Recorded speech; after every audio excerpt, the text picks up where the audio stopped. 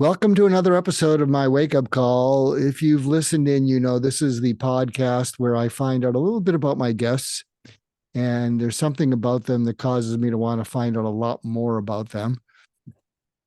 And some of you have listened in know that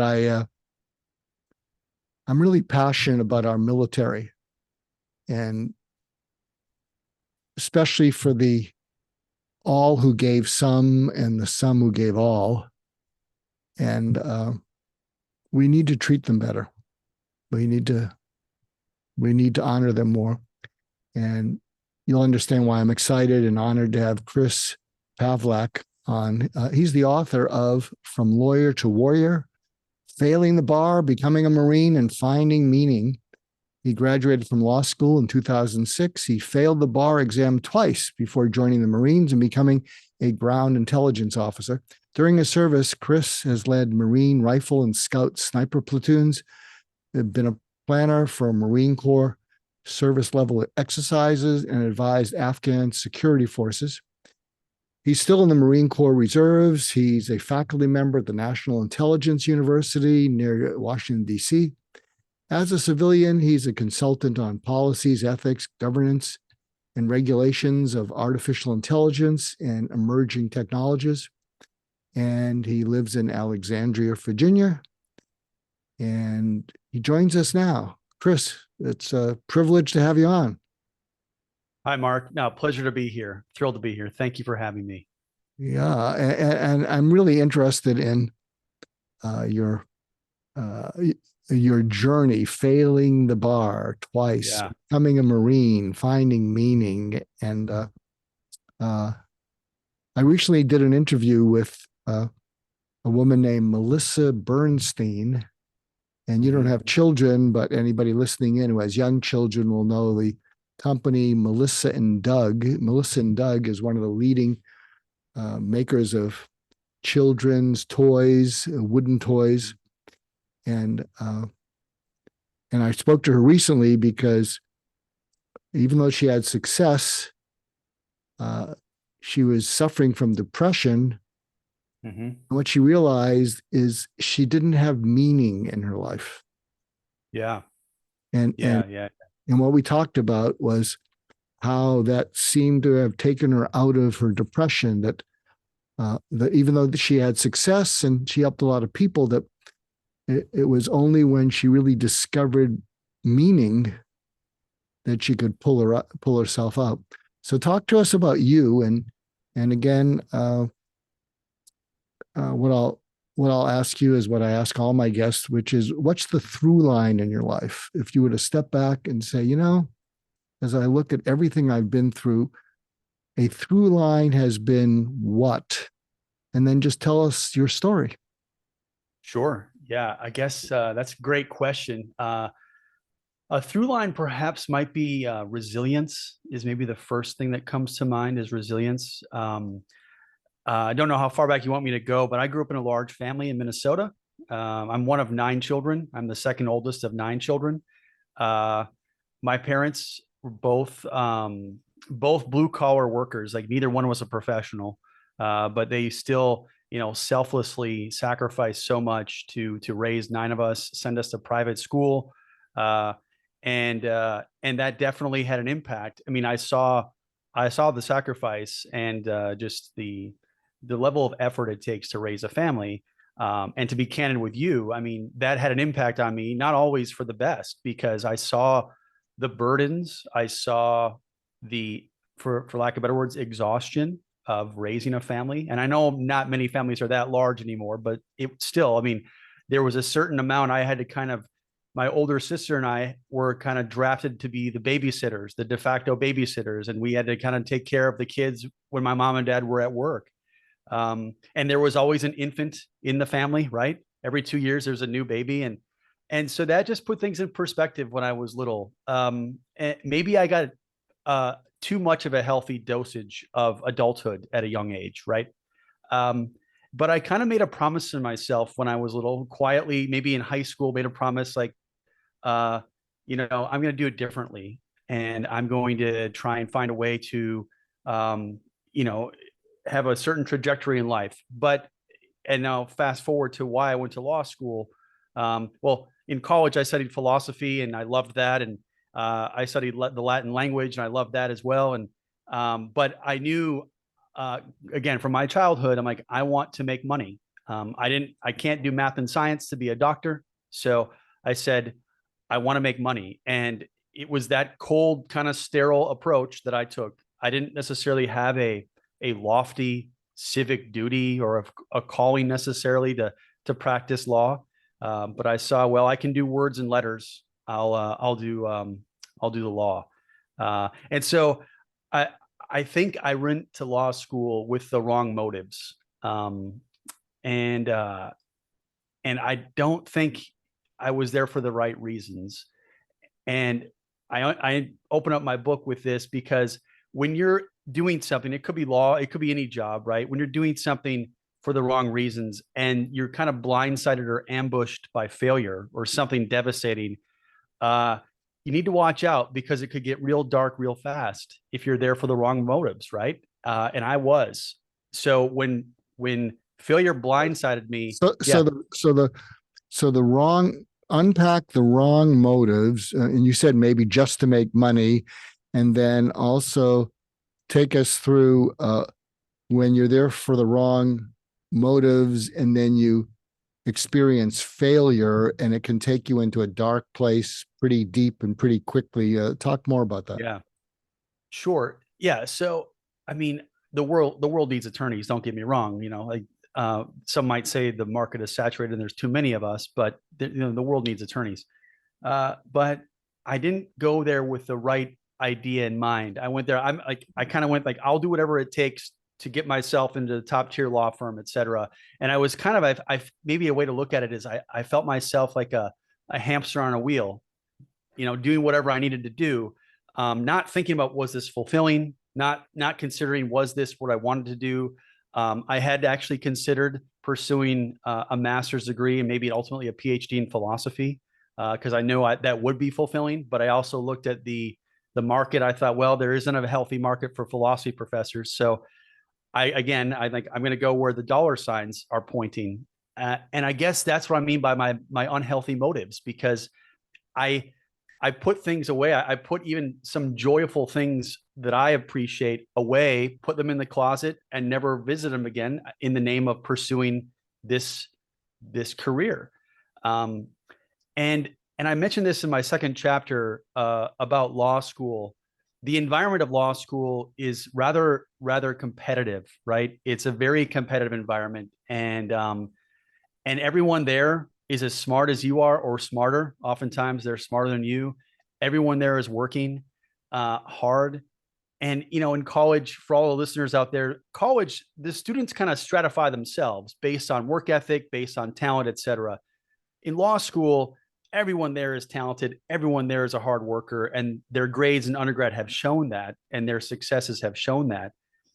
But the hard part with law school is that there's a mechanism that stratifies the students. There's the bell curve that stratifies the students. So no matter how hard you might work, someone's going to get an A in the class and someone's going to get a D in the class.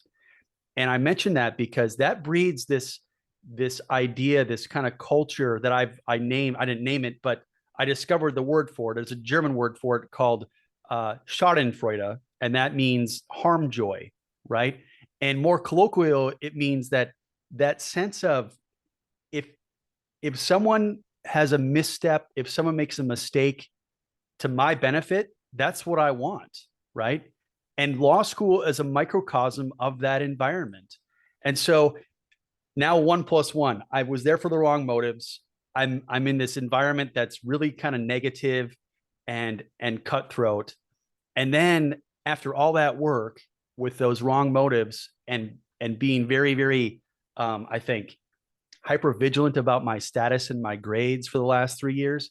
When I was blindsided by failure, it really set me to a dark place because I really had nothing to cling to as far as fulfilling.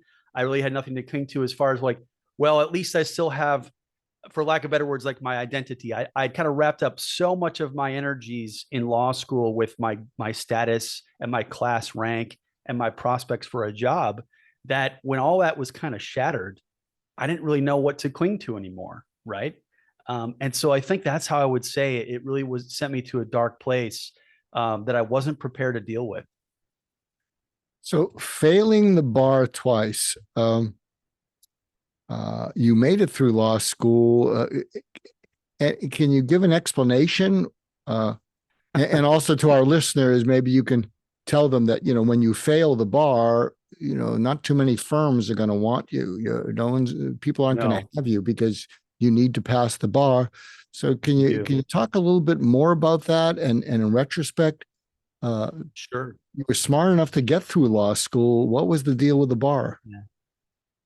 Well, that's a good question. I mean, the pragmatic answer is obviously I didn't get as many questions right as I needed to, right? That's the simple answer. But I don't know. It could be chalked up to test anxiety because I thought that maybe I have test anxiety. I don't know. Um, I I didn't really I guess that's a great question because I don't know if I've really even come to the answer of why I never passed, given my work ethic. And that's something I've written about as well, because, and I'll answer your first question though. Like, yeah, law firms, you have to pass the bar if you want to practice law, period. Now, some people who become a what's called a summer associate, uh, it's like an apprenticeship for 3 or 4 months between your second and third year of law school. That kind of guarantees you okay, well, when you graduate, you come back and work for us, and then when you pass the bar, you're a certified attorney. A, a law firm might give you one failure, they might give you one mulligan, so to speak, and then you better pass the second time. But if you don't pass the second time, then they'll say, well, you better move on because now like they wonder, are you worth the investment? Can you do what we want you to do? Right. Um, all told, I mean, I failed the bar exam 4 times. I took it twice before I joined the Marine Corps, and then 2 more times in and after the Marine Corps. I never passed. Uh, and yeah, it's an ethic. I mentioned this in my intro as well, and early on in the book when someone works hard for something, and this goes for anything, whether it's a goal, a professional goal, academic goal, sports, what you name it, when you're going to sacrifice something time now for a future payoff, that creates an ethic, and that ethic says to you, okay, my sacrifice today is going to pay off in the future. Like basically, hard work pays off is the way we summarize it, right? And most of the time that happens and that works out. But what happens, and this is what I had to struggle with, and maybe some of your listeners have to struggle with, what happens when that doesn't compute anymore? When the work that you put in still will not get you the thing you're working for, right? And that's where I was kind of empty handed. I'm like, I don't know how to get through this because it really cast doubt on everything else I did as well. Because I thought, if I can't pass this test that I have worked 3 years plus 2.5 months of rigorous study for, what else can I do? Right? What else is now called into question? I was, tongue in cheek. Can I even add 1 + 1 = 2 anymore? Like, can I even do simple tasks? Because that ethic cast so much doubt now into my life, and it really made me question a lot of my own abilities. As I mentioned, this is kind of a conversation. And so I sometimes share things that you remind me of in my life. I think in retrospect, I think I've kind of puffed this up to be something to be proud of, but Mm-hmm. it's a mixture. I dropped out of medical school twice and still graduated. And Yeah. I think I had untreated depression. Okay. And my listeners know this, but I won't belabor it. So after I dropped out the second time and I came back and I discovered that I might be able to do psychiatry, what happened? And I don't know if you can relate to this about, am I going to just keep failing? When I Mm-hmm. finally came back after dropping out twice, I had this fear that if I took a sick day, uh, Yeah. I would relapse. So Mm-hmm. after I came back and finished, and then I finished med school, then finished psychiatry, I went out into practice And I think I went something like 6 or 7 years Yeah. without ever taking a 6 day. I mean, I would have temperatures of 104. I'd be vomiting Wow. between patients. Yeah. But I had this feeling, oh, if I take a day off, it's going to lead to 2 days. And if it leads to 2 days, I'm going to drop out again. And, Yeah. it was like this superstition. And I remember Right. it was like a breakthrough when I finally got sick at one point, and I said, I'm just, I'm just taking the day off because I'm sick. Uh, Yeah. I mean, Yeah. I Yeah. would Yeah. look if I had to be hospitalized, I would say, okay, you know, I need to be hospitalized because I'm probably going to die or something. But I had this real superstition about, I don't want to take time off because I'll go back to being that dropout failure. So, Right. can you relate Right. to any of that dynamic at I, all? I can absolutely, yes. I mean, first off, go back to you asked me before, why did I fail multiple times? And again, the simple answer is I didn't get enough questions right. But there is this other phenomenon that occurs, and I think it's very unique to the bar exam, because so much is put into this one test, right? It's one of those things like you have to pass this test to begin the next chapter of your life, and if you fail, I've come to learn through reading some research and some statistics that there's a recidivism rate that increases if you fail one time. Like if you fail one time, you're more likely to fail again, or you have a higher possibility of failure the second and third time. And that's all a psychological problem, right? That's not, the test isn't harder. It's the same substantive test, but because it messed with your mind once, now it's in your head, and now you're in your own head as you begin to study a second time and maybe a third and fourth time. And so that is one thing I can say. Now, to your point about being sick and never taking a day off, absolutely. And I think, you know, there was that element. I'll be honest with you, Mark. There was that element of that's why I joined the Marine Corps. I wanted, like, okay, I have to go work extra hard now. So I'm going to go do the hardest thing I can do. Like, okay, I've done some hard academic stuff. I've made it through law school, but now I need to your point of not taking a day off, like I'm going to go full throttle and I'm going to join the Marine Corps. And part of it was, I'll be honest to your listeners and to you, part of it was like, I'm going to punish myself. That was something I had to work on. Right. Like I had to think like, I say punish myself, but it was, I need to go through another crucible to kind of, I guess, purge myself of this humiliation, if that makes sense. Um, but so, yeah, I can definitely relate to the sense of like not wanting to take a day off, not wanting to show any signs of weakness at all. And so I decided to, take on the mantle of U.S. Marine to kind of, in a way, be that psychological insulator from this thing I had kind of gone through, if that makes sense. Yeah. So, say more though about the dark time, because Yeah. a lot of my listeners can relate to it. I can Mhm. relate to it. Uh, but what was your dark time? Did you plummet?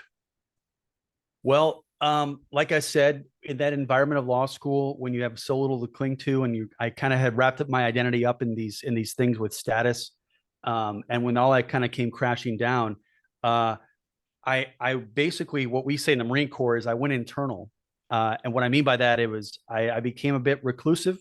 I certainly only I kept while not all the people I went to law school with were great friends. I certainly closed that circle up, and I kept to a very tight knit group of friends of maybe one or two. I wouldn't go out anymore. I didn't want to go out anymore because all those people were now moving on to the next chapter. They're all talking about I'm going to go live in this apartment now. I'm going to go buy this car. I'm going to even, now I'm going to get married. All these decisions that they were kind of holding off on could now be executed because they're going to be attorneys. And I'm still behind that last hurdle. I'm like, I can't be around these people. As much as they might love me, as much as they're not judging me. Like I need my own like sanctuary. And I found that in being lonely, or I found that in being by myself. Right. Um, and there was coupled with that sense of wanting to be by myself and isolationist, I suppose, was a sense of shame, enormous amounts of humiliation. because again, that sense of like, if I worked this hard and I can't do it, what's wrong with me? Right? Like there's got to be something wrong with me. And like, because if you were to give an example, like if you were to go say, you know what, I want to get in extremely great physical shape and I'm going to have a nutrition plan, I'm going to have a personal trainer, I'm going to go to the gym, I'm going to run, I'm going to have a great sleep plan, I'm not going to drink anymore.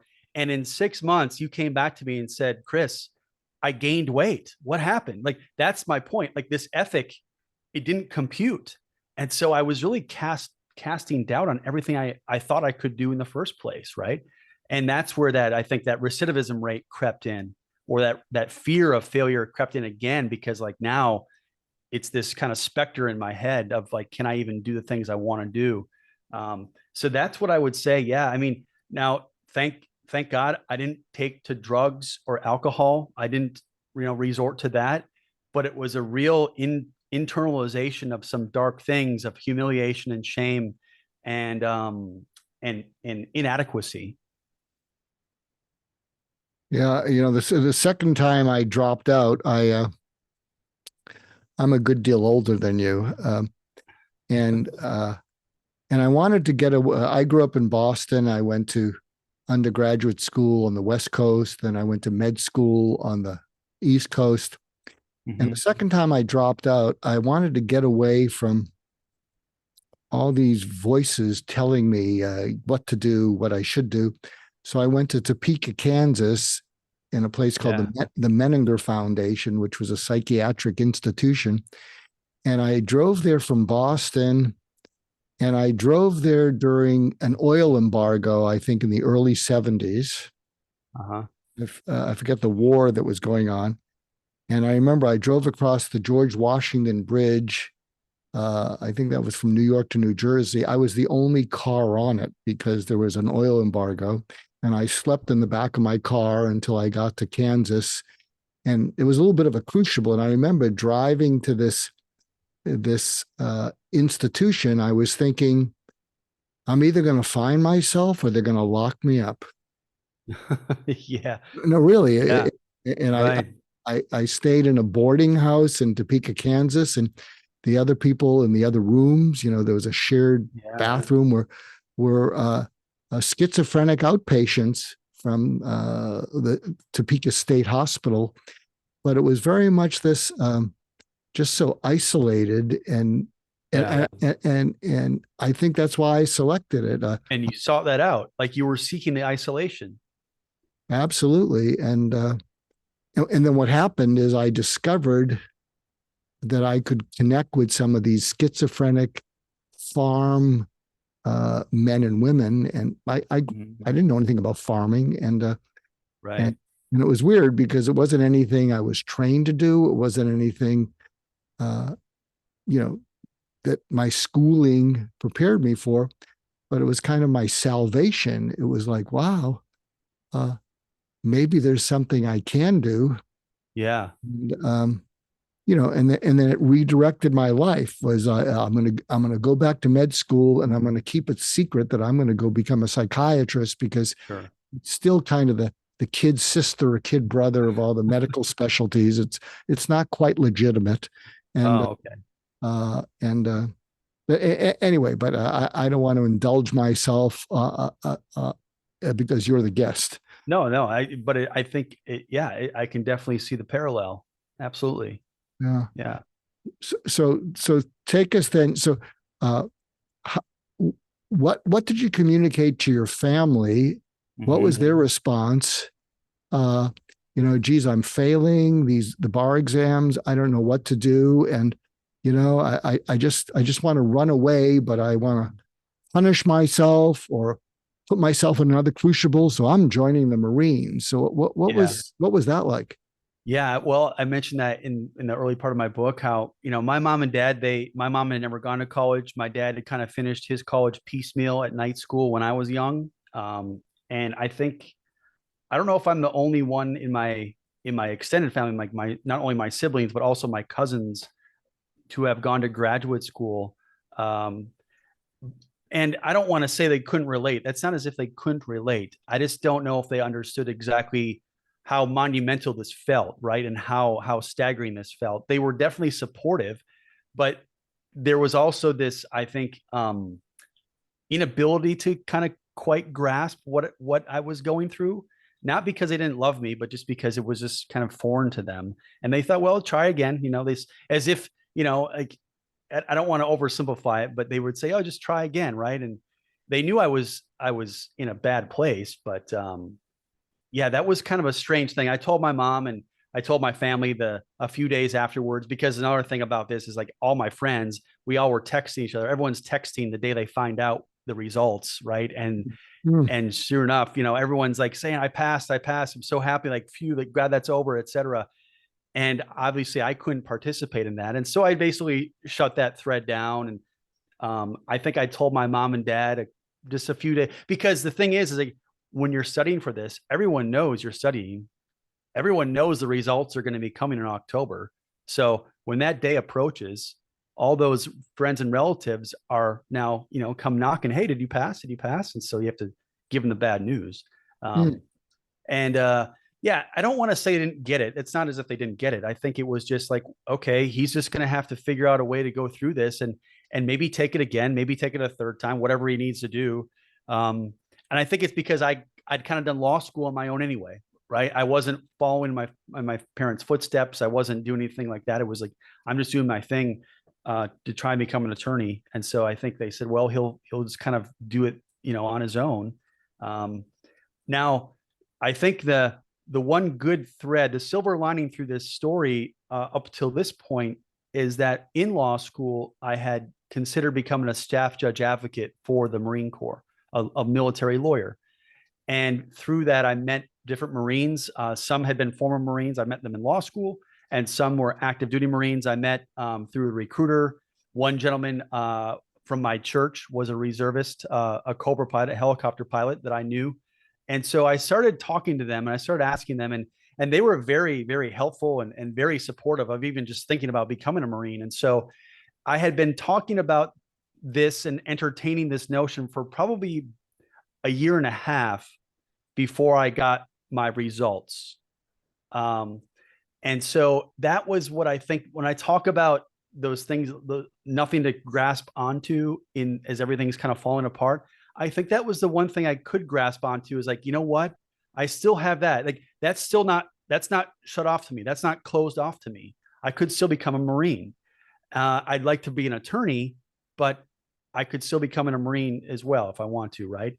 And so that still kind of was percolating. I took it again the second time, failed the second time, and I think by that point, Mark, I'm like, I got to get out of here. I'm going to join the Marine Corps. I'm just going to sign the dotted line as a ground contract, not as a law contract, right? Because you can join the Marine Corps as a pilot, a ground contract, or a lawyer. Those are the three ways you can join the Marine Corps as an officer. And so I decided to go as a ground contract, not knowing what life was going to hold, because this is 2006, right? And early 2007, because I've got the results of my second failure in 2007.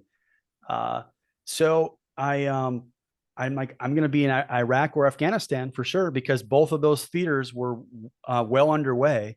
And I did think, maybe I'll get blown up. Maybe I'm going to die. I don't know, but I need to get out of here, and I need to get out of this space. Right.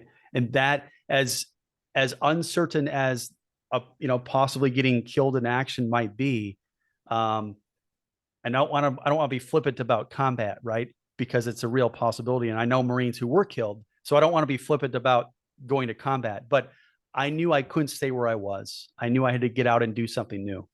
Yeah. and so take us through that, and we definitely want to get to finding meaning. Sure.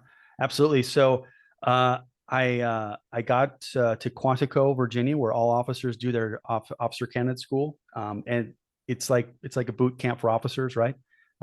It's just as hard as recruit training is, except the difference is that officers can choose to drop if they want to drop, right? The Marine Corps wants people who are dedicated, wants officers who are going to lead and push through hardship and make it through things that are difficult.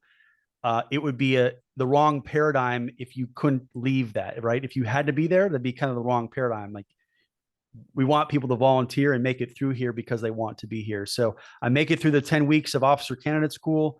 And at the end of that, you take your commission as a second lieutenant. And then we go through every Marine officer, whether you're a pilot, a ground officer, or a lawyer. We all go to what's called the basic school. And that is 6 months of an immersion in infantry training, as well as other things, but mostly all how to be an infantryman and a rifleman, really is what it is. Every Marine or rifleman is the slogan and our mantra, right?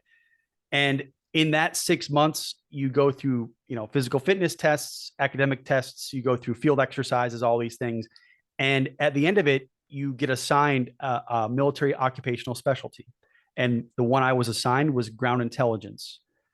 And I can say this, that the whole pedagogy in the Marine Corps was completely different from law school. Gone was this sense of schadenfreude of like, I hope someone else is going to make a mistake. That was gone. Like now we have to work as a team. Like this, Marines will die if you don't work as a team. It's simple as that. And we had Marines coming back from combat, coming back from Iraq and Afghanistan, who were our teachers, talking about how essential it is to rely on your team, to build trust among your Marines. Don't cut corners. Your Marines are going to see that. And defer to people who have been there before, right? Because at the end of the day, someone's life is going to be on the line. You need to be able to get through this challenging time, literally a life and death situation, and as a team. And so that really opened my eyes, and it kind of I began to shed this old mindset of because law school is every man for himself or every woman for herself, right? And law is a very individual effort kind of a thing, right? And lawyers aren't very cooperative sometimes. They're not very collaborative. Opposite happened in the Marine Corps, and it was by design because you have to work as a team to get through things. And as I'm slowly learning this, and I'm kind of shedding these old mindsets, I'm realizing how important this is, and maybe how much I'm able to kind of swing the pendulum to the other side, so to speak. And yeah, the finding meaning part is where it really began. Was I was assigned to ground intelligence, like I said, the military occupational specialty. And the first part of that specialty is you have to go to infantry officer course. And the pure infantry officers go there. Those who are going to lead rifle platoons and go on to do those commands. And then the ground intel pipeline is so you become fluent in infantry tactics, because you have to advise a battalion commander on these things. You have to advise an infantry battalion commander on these things. So you have to know what they're talking about, speak their language, right? And then you go to your follow-on intelligence school. And it was at the end of infantry officer course. Again, that was the hardest thing I've ever done. And that's what I'm the most proud of to this day, is graduating from infantry officer course, June 26th, 2008. And I looked back on my life. Looked back in the last 18 months. And I thought 18 months ago, I was in this nadir of a dark place, not knowing what I was going to do, staring at $150,000 of law school debt, no job. I can't pass this damn test. Now here I am graduating from the premier infantry school of the Marine Corps with some amazing men by my side, with amazing instructors. I was now on the summit. Like I was soaring with pride. And so that was the beginning of like, I was finally able to begin putting pen to paper. I say pen to paper. I'm beginning to kind of connect the dots on why I had failed and how those failures brought me to this place of an amazing opportunity I would have never, ever had I not failed, right? I would have never been here had I not failed the bar exam. And it was completely upending this notion of humiliation and shame and inadequacy for pride, camaraderie, esprit de corps, and just pride in myself. Yeah, so that's where I could really say, like, that's where this began to set in, and I could say, you know what, I can make sense of these things, and I'm able to put meaning to these failures. June 26, 2008 is where it began to take shape. Yeah. Wow. If you were to go back to you in the nadir, Mm-hmm. and as you said, your parents meant well, but they couldn't necessarily relate to what you were going through because they hadn't gone that far. But if in your mind's eye, you could go back to you and you didn't know there was a future, You Yeah. were feeling low. You were feeling ashamed. And if you were to say to that you and say, Yeah. you know what you're going through? Mhm. It's not only going to make you stronger, it's going to make you smarter. Yeah. And someday what you're going through is going to turn you into a person who, instead of feeling ashamed and humiliated, is proud. Yeah. And and if you had that conversation with you and that nadir and they didn't know you had made it through, Yeah. what can you imagine you would have liked to have said to you? I'd give him my book. That's why I wrote it. That's why I wrote it. I mean, Ah, because I wow. thought to myself, I need to make sense of this. This didn't start as a book. I had to start making sense of these things, and these things were so complex and multi-layered that I needed my writing to help myself do my thinking, right? And it was my own therapeutic process. And I really believe writing truly is the way to do it. Conversations are great. Talk to your therapist if you have to. Yes, I believe in those things. However, the act of writing demands that the mind thinks logically as you put pen to paper and as you can form sentences and paragraphs and truly helps organize your thoughts, right? And and so I began doing it as a therapeutic process for myself. And as I was putting things on paper, I realized, yeah, I needed this book in 2006. I didn't need someone to tell me, oh, don't worry, Chris, just pick yourself up by the bootstraps. I didn't need that. I needed someone to say, I know this is terrible. I know what you're going through, but there is a life on the other side of this, and I'm proof of it. Right. And here's a book. It's not a roadmap, but here's a book about my experience. Right. This is what I did in the face of this failure. So yeah, if I go back to talk to Chris in 2006, I give him my book and say, this is what you're embarking on, and this is a great adventure. Now it's taken some things in retrospect to see that, right? Because I don't want to, if I were to tell someone who just failed something and it's devastating, I don't want to say, well, just this is the great adventure of life, right? Because that's kind of a cop out, so to speak. It kind of cheapens the thing. But I can say that I was able to put things together in retrospect and say, wow, now I can derive meaning from this stuff that I never would have had, right? I would never would have had these experiences had I not failed. And that's what I could give this person. And that's, you know, one thing we haven't mentioned yet was in my research, as I was first put pen to paper, I just did a simple Google search this is back in 2016. I looked at bar exam failure and suicide. And sure enough, some name popped up about a guy in California. I won't mention his name, but he had failed the bar exam in California in July of 2016. He got his results in November of that year, and shortly after he killed himself. Within about a week, I think, of getting the results, he killed himself. Um, and then another guy did the same thing. He failed it once, and as he was embarking on his second attempt, he was going to buckle down again for a second time to study. And I guess this crushing sense of humiliation or shame or all the above got to him, and he also took his own life. And when people were asking me, who's your audience? Like, those guys are my audience. Like, it's for them, right? Those people who thought they had no way out in this. And because I get it, I understand what they were going through. I was on that side of the fence, right? Failure with something this big is a seriously devastating problem, right? And if you don't know what you're going to do afterwards, it can be a really dark black hole. And so that's what my book is for. My book is for those people who might think they have no way out of this, right? For myself back in 2006, not knowing what I was going to do. Um, you're giving me the chills, and I'll tell you why. Um, you haven't heard this, but maybe my listeners have. When I finally finished medical school, and I wasn't a writer, I was a doctor. I never put pen to paper. I took out a little crappy journal, and this Mm-hmm. was in 1976, and I wrote down the date, and I said, I can't believe I made it through they have graduated a crazy person. Mm. And I've been keeping a journal since 1976. I'm up to volume 257, 9 books, 1,100 blogs, and I'm a writer author. And Mm-hmm. initially, it was to express myself. And there was a feeling, if I think this, if I feel this, it's worth writing down. It wasn't for anyone else. Yeah. And and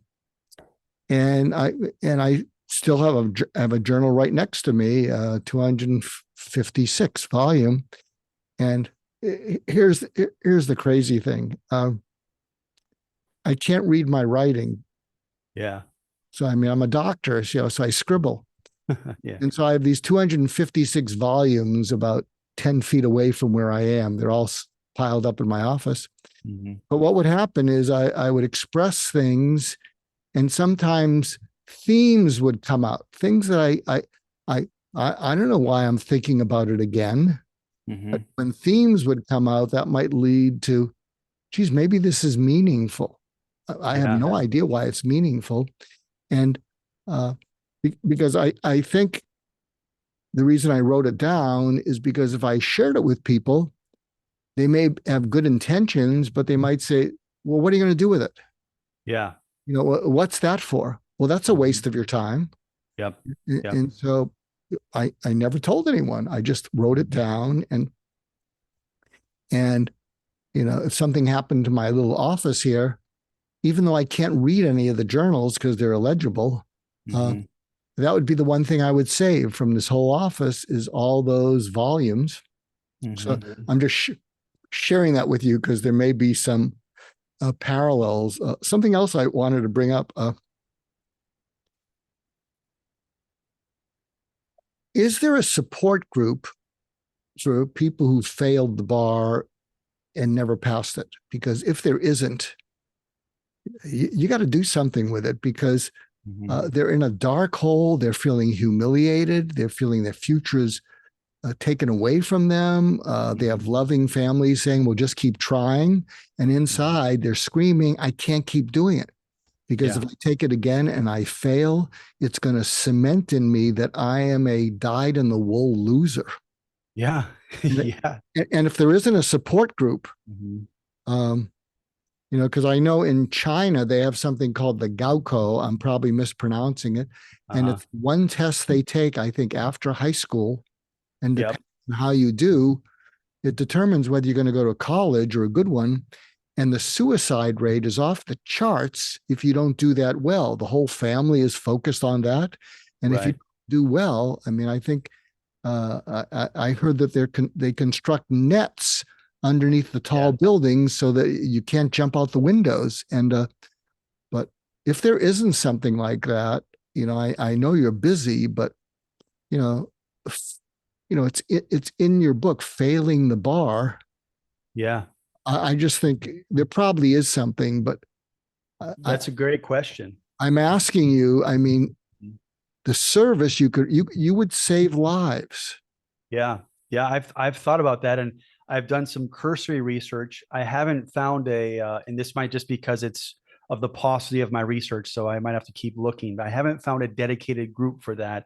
There are plenty of blogs, and there are plenty of, what do they call themselves? Recovering attorneys, right? And they'll say, they'll talk about how to prepare for the bar exam, how to deal with failing, but it's usually just a blog or a write up or something that you might find a one time article on. I don't know if there's a dedicated group to So, people of I, people who are, yeah, so I have a homework assignment for you, and sure. because I'm a suicide prevention specialist, Mm-hmm. because I think when I dropped out of medical school twice, I flirted with the idea, and someone who believed in me when I didn't Uh-huh. uh, saved my life, I think. And so I just paid it forward. Um, uh, Check out failedthebar.org or failedthebar.com. If it's not taken, take it. Yeah. I would take both of them, because if it's failedthebar.com, oh, this guy's going to make money off of my feeling like a loser.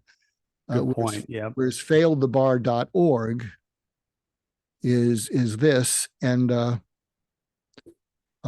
know what you're talking about. I have a son who's about to graduate law school, Mhm. which has been like a crucible for him. Yeah. And and that's part of what we talk about. Well, if I fail the bar, I'm not sure I want to be a lawyer anyway. And it's part of our conversation. But Mhm. if it's not up there, please, because you're right, and I can see, and uh, uh, you'll save lives. Failed the bar Yeah. .com.org, and come back to me and see what you get. Yeah, that's a great idea. I mean, if I can be, I wrote this book, like I said, first and foremost, I was the first audience, but if I can be of service to others, that's what this is for, right? And like you said, if I could go back in time and get, what would I tell that person? I would just hand them my book. And it's not to say, okay, you fail the bar exam or you fail the MCAT or you fail something, so significant. It's not to say just go join the Marine Corps, right? Like that's not the answer. But more esoterically, the answer is in absorb yourself with something greater than yourself, right? Take yourself out of your own head and put yourself into a life of service, or put yourself into helping others to get out of this terrible, what I call the committee in your own head, talking to yourself about humiliation, shame, and failure, etc. I didn't have time to do that. As a Marine, I was so busy. As a young lieutenant, I was so busy. And then I was given a rifle platoon, like arguably the most amazing job I'll ever have was commanding a rifle platoon, right? I didn't have time to feel sorry for myself. I was too absorbed in making sure my Marines were trained, making sure I knew how to take care of them if we went to war, and how I was going to bring them home safely, right? And all the training you do as a Marine officer, as well as other things too, not just the Marine Corps, but if you can take yourself out of this failure loop and put yourself onto this, absorb yourself in something greater, or absorb yourself in a life of service, and then also, and you mentioned it too, like journal, like reside in gratitude, right? Reside in gratitude. And I don't mean just grateful for the apartment you have or grateful for the clothes in your back. I'm talking about, I'm grateful for my eyes, my ears, my I can breathe. I woke up today, right? The very basic fundamental things of life that we take for granted, right? Reside in gratitude, and that'll help, I think, get yourself out of that negative loop as you move forward. And that's what I would probably tell someone if they had just succumbed to something devastating. Like, try to, I know it's going to take a while, try to become thoughtful enough to reside in gratitude. Try to find some outlet that you can give yourself to without any self-interest. Commit to something greater in yourself, I suppose, is what I would tell them. You also triggered something, and I want to thank you that, and you said it earlier about when you entered the Marines, and you went from a dog eat dog, nobody trusts anyone, everybody is a cutthroat in law school, and I'm just listening to you, and you go to the Marines, and you develop a deep respect for authority. Mm-hmm. Because they've paid the price, they paid the dues, they watched some of their men die, Mm-hmm. and and I think there's something wonderful about respect for authority. Yeah. And I think people who haven't been in the military can often be just rebellious for the sake of being rebellious. Yeah. And uh, here's another idea for you. You could write an article. I think it would get published about, one of the real positive things about the military is the antidote to being a rebel without a cause, how the military taught me to respect authority. That's a good idea. Because it's so easy. I mean, I went to college in the late '60s. The anti-Vietnam War. I was at UC Berkeley at the heart of the protests. Wow. And, Wow. and Yeah. after all the assassinations of Kennedy, Martin Luther King, Bobby Yeah. Kennedy, I think the respect for authority went down the tubes, Yeah. and it almost feels like there is uh, this idea that if you respect authority, you're a fool, you're an idiot, Hmm. and And you can't think for yourself, right? you can't think for yourself. Yeah. And it's interesting because something else you don't know is I had 8 mentors. They all died. Okay. And, and one of the things that inspires me to do something with my life is those mentors believed in me. Yeah. And if people say, "Oh, so you're doing it out of guilt?" I say, "No, no, it's to honor them. Yeah. No, Right. no, I want to honor them. They're not laying a guilt trip on me. Uh, and I don't know. I just think there's something in that because the idea of being able to respect and honor authority is so Mhm. counterintuitive. Right. I, Right. I, I think there's something in there that you could write to. Yeah, there could be definitely. I'll give my parents credit for that first and foremost. Talk about way back when I was growing up. My parents, I think, they're the ones who shaped that respect for authority, right? And definitely it will all crystallize in the Marine Corps for good. And people don't quite understand it, and it's those who are outside the military, they don't get it. They think it's awkward. Like, what are these ranks you're talking about? Like the proper greeting of the day, the yes sir, yes ma'am, the salute, not salute. Like, what are all these rules? And while they can be confusing, and maybe a little bit overbearing, they're necessary because at the end of the day, these are all part of a warfighting organization that and I don't want to sound romantic, but when rounds are flying, when bullets are flying, you need immediate obedience to orders, or there could be a catastrophe. Side note: I've become fascinated by World War One in the last 6 weeks. I'm reading all these different books on World War One, and I mean the amazing, the staggering amounts of casualties in these battles is unheard of, right? I mean, but at the end of the day, if you don't know how to obey authority, people are going to die and it could lead to one great catastrophe, right? But you have to develop trust and implicit trust among your Marines and among your subordinates so they know that you have their best interests in mind. Granted, mission comes first, but I'm not going to make you do something that I wouldn't do. I'm not going to deliberately put you in harm's way, right? And you meet these Marines, it's amazing how they voluntarily want to go into dangerous situations, life-threatening situations. They sign up for this. They want to be there. It's incumbent upon me to, number one, defer to their experience if they have any, because I was the new guy. I was a lieutenant, right? I didn't know anything. I mean, I had been the academic side of me through all my Marine Corps training had been, tested, but I didn't have real world experience of commanding a rifle platoon, right? That's just on the job training, really. So from day number one, I said, I have to defer to these guys' judgments and these guys' experience. I have to.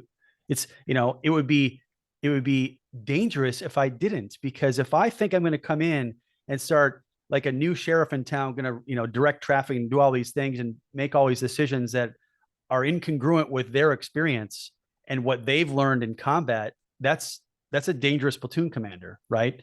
And that's going to get Marines killed. So I had to have the humility to say, okay, yeah, I have the final say. All decisions rest on me, but your experience is going to inform my decisions. And we're going to develop trust this way. And that's how I went about it, right? That's how I recommend going about it. Like, defer to these people's experience because they have 10 or 12 years experience more than I had.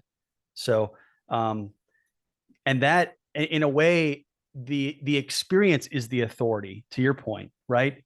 The experience of these men, combat was the authority, right?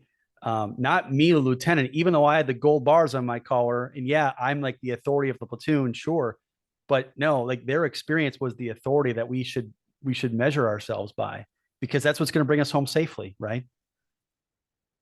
So I have another suggestion. I'm going to send you the video, uh, and I hope it's okay that I'm making these suggestions because I Sure. I, I think Absolutely. you're incredibly thoughtful, and inspiring. And uh, I have a number of friends who are, former military officers, and there is Mhm. prejudice and bias. Well, you really don't fit in the real world. The military is not like the real world. Yeah, yeah. So about military top-down leadership. That's not really a good fit. And one of the challenges, they have tons to teach. Right. My friend General Steele, who worked under, who was there under Chuck Pavlak. They came up with the 4 block war. I don't know if you're Mhm. familiar about that. The I'm four very block. familiar with it. Yes. Yeah. That was what we were going through when, during Iraq and Afghanistan. That's what we were talking about. That was like the kind of the main thrust of the curriculum was around the 4 block war. Yeah. Yeah, make war, make peace. Take an interview with the media, and then I forget the other thing. But um, I think if you wrote something called "What the Military," and you don't want to just make it all about the Marines, but what the military taught me about um, uh, respect, honor, courage, and valor, because the military really needs our help when it comes back. It needs to be respected. It needs to be seen as having all kinds of capabilities, and Right. it gets marginalized by people who didn't serve. Hmm. Yeah. That can happen. It can happen. And from what you're describing, and you don't want to put down law school, but you can say, No. well, law school didn't teach me a lot about respect, honor, courage, or valor because it was too much dog eat dog. Hmm. And I think that would be such an important message to get into the mainstream, that Right. before you have this bias that, oh, they're not a fit for us, you may Hmm. want to pause and see what someone from the military can add to your business, your company, and you Right. you may want to rethink that, because Yeah. they need our help. And I think you're in a position to do it because your book is all about that. Hmm. And just even what you're saying in our interview. So it's just a thought, and I'm just sharing that with you. No, that's a great. You're giving me great homework assignments. This is good. This is good. Well, it's because what I'm picking up that you're also saying is, I owe something to the military. Absolutely. Right. Yeah. That's absolutely. And you know, I would recommend. I mean, I truly have to say, like, it changed my life for the better. It truly changed my life. Um, and I've tried to, I guess, honor that experience with my book. I felt compelled that day I told you I graduated from infantry officer course, June 26, 2008, was the beginning of this new chapter in my life and a new identity even. And yeah, I'm incredibly grateful for that opportunity, right? And it gives especially young men, it gives young men a sense of, and I think most people get this, but um, I don't want to sound like a poster. I don't want to sound like a recruiting poster or a recruiting slogan, but it really does give you a sense of uh, of purpose, of meaning, of being, and that you don't know it until you're in it. When you're part of something larger than yourself, right? You don't really get that until you're in it. Uh, and I do have to say, it, yeah, it changed my life for the better. And granted, I had to be taken, like I said, I was in that nadir, uh, that I was way in the depths, that I think only an experience, perhaps maybe another way to put it is like only an experience like the Marine Corps was going to equalize that, right? Was going to kind of balance it out. And so maybe another message from my book is there's maybe uh, what do you want to call it? An inverse proportionality to the how negative an experience you're having will only be rectified by the magnitude of the good in the next experience, right? Or maybe like the sense of service in the next experience is what's going to rectify that or balance it out. Because that seems what happened to me, right? I was able to put meaning to these things, and it all goes back to how um, I got outside of myself. I was part of this organization, right? Again, it doesn't mean join the Marine Corps. It just means uh, get outside yourself as you're searching for answers. Yeah, because you're also talking about, and this is probably in the book. So here's my last homework assignment: is uh, how how finding the meaning in pain eases it. Exactly. Because as we said 20 minutes ago, if you went back to yourself in the nadir and say, you know what you're going through, uh, it's painful now, but what you're going to learn from it, Hmm. what it's going to move you to do in your life Right. will astonish you. Right. Exactly. The heights that this nadir can enable you to achieve, Right. you know, will make you want to stay alive to watch it happen. Precisely. Yeah, exactly. And one of the things I was immensely gratified by so far is that I was able to send a copy of my book to General Mattis and a note inside of it, and with my contact information. And he called me he had read it and he called me and he said, I don't think I would have had the courage to write what you wrote, but he said it's definitely worth the read. And I kept him up. He said, I lost a good night of sleep because of you. I read it from cover to cover. And um, yeah, and it resonates because there was this sense of like, if I had, if I were to go back and tell myself, hey, you're going to write a book one day and General Mattis is going to read it and he's going to call you and he's going to like it, I would have punched you in the face, right? I just would have. It was so. I was just not in that place to even consider it. But again, to your point, yeah, I've only learned this through going through the crucible of the suffering, right? This is what I opened the book with. Like, I had to I had to answer life's questions by answering for my life, if that makes sense. You Totally, know, totally. yeah. And that's what the book is the fruit of that. Well, you have been remarkable, Chris, and it's been an honor to spend some time with you. Well, thank you so much, Mark. It's great to meet you, and I really am. I'm gratified that you've taken the time to invite me on and discuss this. This is truly gratifying. Well, thank you, and to our listeners, uh, find out more. Get this book. Um, when you see military, when you see veterans, add a little more depth and thank you for your service.